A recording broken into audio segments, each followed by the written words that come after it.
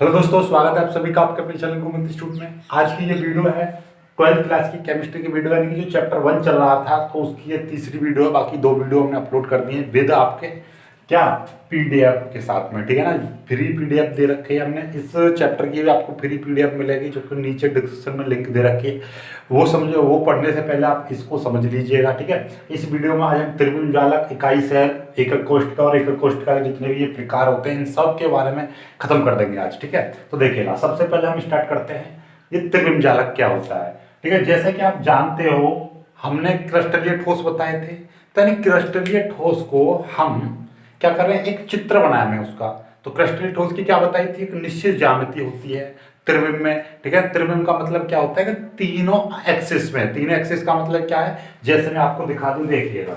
ये आपके पास में एक बॉक्स है और इसका मैं चित्र बनवाने लगूं, यानी कि इसकी ऊंचाई भी है, दिखाई दे रहा है, और इसकी ऐसे करके चौड़ाई भी है, यानी कि ये एक क्यूब टाइप का बनना है, यानी कि लंबाई चौड़ाई ऊंचाई सब कुछ है इसमें। तो यानी इसका चित्र बनाओगे तो आपका 2 डायमेंशन में नहीं 3 डायमेंशन चाहिए, त्रिविम कहेंगे। तो इसका चित्र कैसा बनेगा, त्रिविम में, जैसा कि आपको ये दिखाई दे रहा है, ठीक है। इसके 4 पार्ट बना रखे, 1 2 3 4, दो ऐसे 1 2 3 4, ठीक है। समझ में आ गई। तो उस तरीके से तो ये त्रिविम जालक क्या होता है, यानी किसी सी भी ठोस की त्रिविम में जो व्यवस्था होती है, यानी निश्चित आकृति को हम त्रिविम में जो आरेख बनाते हैं, जो चित्र बनाते हैं, उसी को हम क्या कहते हैं, त्रिविम जालक कहते हैं। समझ में आगे बात क्लियर होगी ना बात, ठीक है। यानी कि ये हमारा त्रिविम जालक होता क्या है, तो आप कहोगे कि सर त्रिविम जालक क्या है, एक व्यवस्था है किसके, क्रिस्टलीय ठोस के अवयवी कणों की व्यवस्था, ठीक है।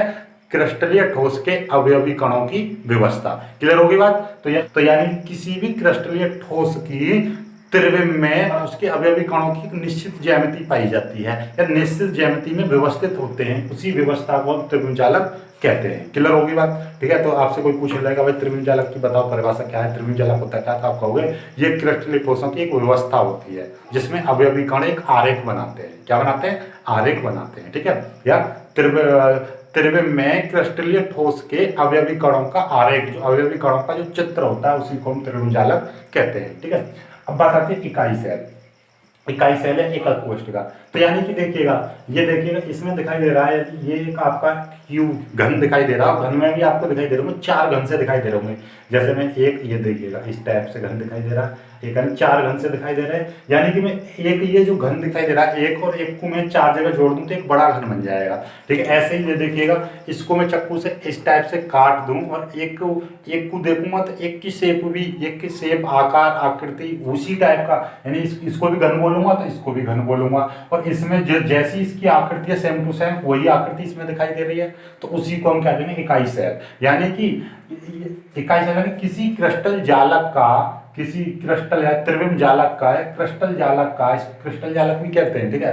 किसी क्रिस्टल जालक का वह छोटे से छोटा भाग जिसमें उसका पूरा प्रतिबिंब, यानी पूरा का पूरा छवि दिखाई देती हो, ठीक है, उसी को हम क्या कहेंगे, इकाई सैल या एकक कोष्ठक, ठीक है, कहते हैं। समझ आ गई एकक कोष्ठक क्या है। एकक कोष्ठक का मतलब होता है कि यानी किसी भी, ये जो मान लीजिए त्रिविम जालक है, ये क्या है आपका त्रिविम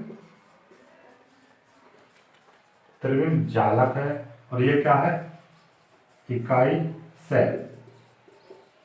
इकाई सैल समझ में आ गई। तो मतलब क्या है, किसी भी त्रिविम जालक का वह छोटे से छोटा भाग, या वह छोटे से छोटा कण, या वह छोटे से छोटा पार्ट जिसमें उस पूरे जालक का प्रतिबिंब हो या प्रतिबिंब दिखाई देता हो, उसी को हम इकाई सैल या एकक कोष्ठक कहते हैं। अर्थात हम ये भी कह सकते हैं कि किसी भी त्रिविम जालक को इकाई सैल की बार बार पुनरावृत्ति से प्राप्त कर सकते हैं। यानी कि एक लगाएं, दूसरा लगाएं, तीसरा लगाएं, चौथा लगाएं, 4 में जोड़ दोगे तो ये एक ऐसी आकृति बन जाएगी, ठीक है। समझ में आ गई बात। तो ये हो गया आपका इकाई सैल। इकाई सैल के बाद में एक आता है आपका पॉइंट, आता है आपका, एक सेकंड देखिएगा, जालक बिंदु।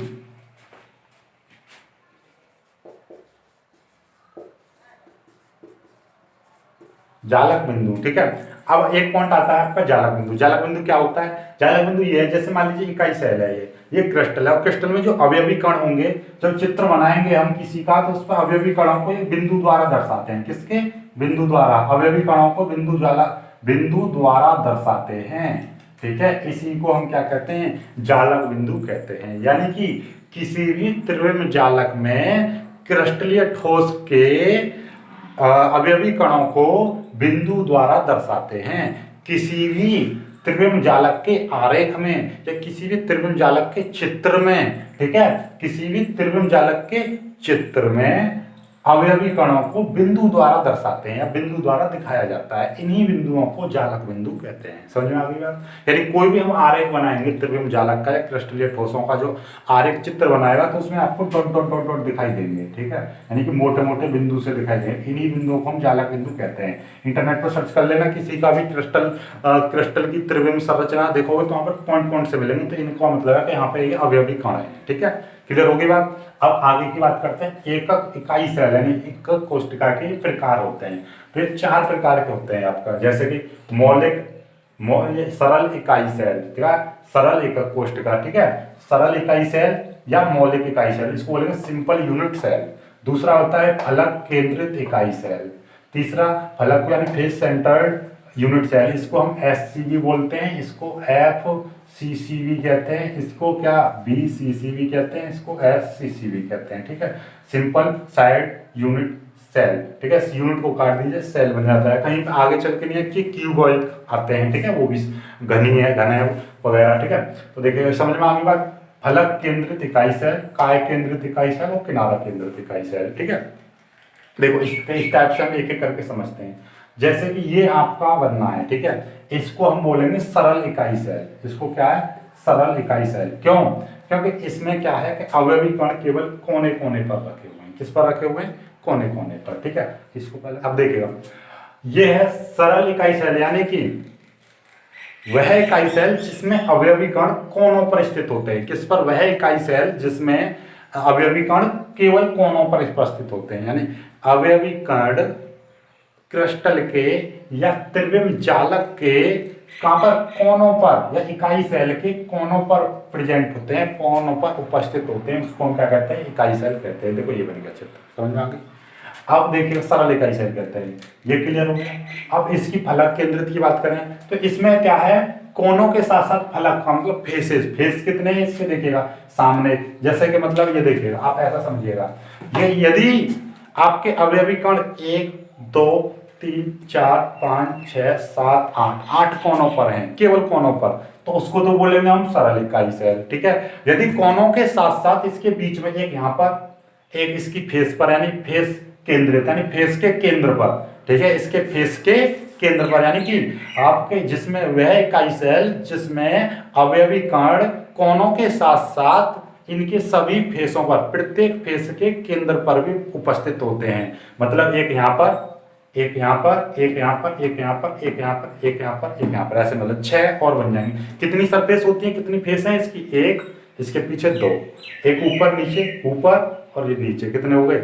2 और 2 4 और 2 6 आए बाएं। ठीक है, तो मतलब क्या है? इनके केंद्र पर भी उपस्थित होंगे, तो उसको हम क्या कहेंगे? उसको कहेंगे हम फलक केंद्रित। ठीक है, जैसे आपका बन गया ये, एक यहाँ पर आ जाएगा बीचों बीच में, एक यहाँ पर बीच में, एक यहाँ पर बीचों बीच में, एक यहाँ पर बीचों बीच में। ठीक है, और एक देखिएगा, एक इसके पीछे बीचों बीच में यहाँ पे बनेगा बीचों बीच में, एक यहाँ पे, यानी कि ये दोनों जो है आपके आमने सामने हैं, और ये जो है ये आपके इधर आमने सामने है, और ये इधर आमने सामने। समझ में आती बात? ठीक है, इस टाइप से तो इनको अलग दिखा दे रहे हैं, ये इसके, ये इसके, ये इसके, ये इसके, एक इसके इधर, इस पीछे वाली पे बीच में, और एक बाहर वाली पे। समझ में आ गई बात? इस तरीके से है। ठीक है, जैसे एक इस पर होगा, इस पर होगा, इस पर दिखाया तो जा नहीं सकता, ऐसे दिखाया जाएगा। ठीक है, फलक केंद्रित समझ में आ गया। काय केंद्रित, काय का मतलब बॉडी। ठीक है, बॉडी का मतलब क्या है? काय अंत, ऐसा समझिएगा। तो मैंने एक चित्र बना दिया है काय केंद्रित को, इसलिए समझाऊं जिसमें अवयवी कण कोनों के साथ साथ, कोनों के साथ साथ जिसके केंद्र में, केवल केंद्र में, यानी कि इसके केंद्र में। ठीक है, यानी कि इनके सभी सरफेस के केंद्र, यानी बीचों, अभी हमने कहां पर रखा था? फलक केंद्रित पर। समझ लेना, ये फलक केंद्रित वाला ना, पीछे वाले पे नहीं है, यानी यहाँ पर नहीं होगा, यहाँ पर नहीं होगा, यहाँ पर नहीं होगा, इसके बीचों में, यानी बिल्कुल इसके सेंटर में होगा, उसको हम कह रहे हैं काय केंद्रित, यानी इसकी बॉडी के अंदर। ठीक है, इसकी बॉडी के अंदर जो बीच में जो अवयवी कण होगा।